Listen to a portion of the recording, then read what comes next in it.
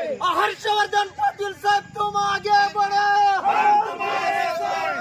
रामकृष्ण हरी, रामकृष्ण हरी। हर्षवर्धन पाटील साहब तुम आगे बढ़ो, हर्षवर्धन पाटील साहब तुम आगे बढ़ो, रामकृष्ण हरी, रामकृष्ण हरी।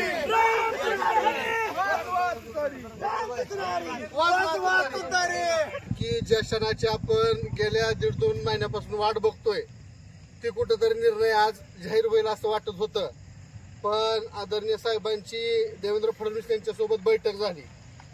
देवेंद्र फडणवीस यांनी साहेबांना थांबवण्याचा प्रयत्न केला, पण आदरणीय साहेबांनी आपण माध्यमातून बघताय की आदरणीय साहेबांनी जे पुरोगामी विचाराचे नेते आहेत यांच्या सोबत जाण्यास पसंती दिली असे संकेत आदरणीय साहेबांकडून मिळत आहेत।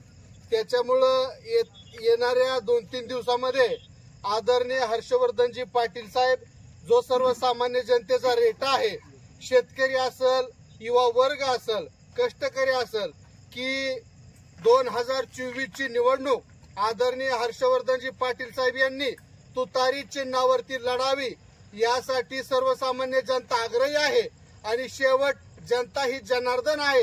त्यामुळे आदरणीय साहेब येत्या 2 दिवसामध्ये आपला निर्णय जाहीर करतील व आदरणीय शरदचंद्रजी पवार साहेब यांच्या सोबत जाऊन तुतारी या चिन्हावरती इंदापूरची विधानसभाची जागा लढवतील असा आम्हा कार्यकर्त्यांना ठाम विश्वास आहे।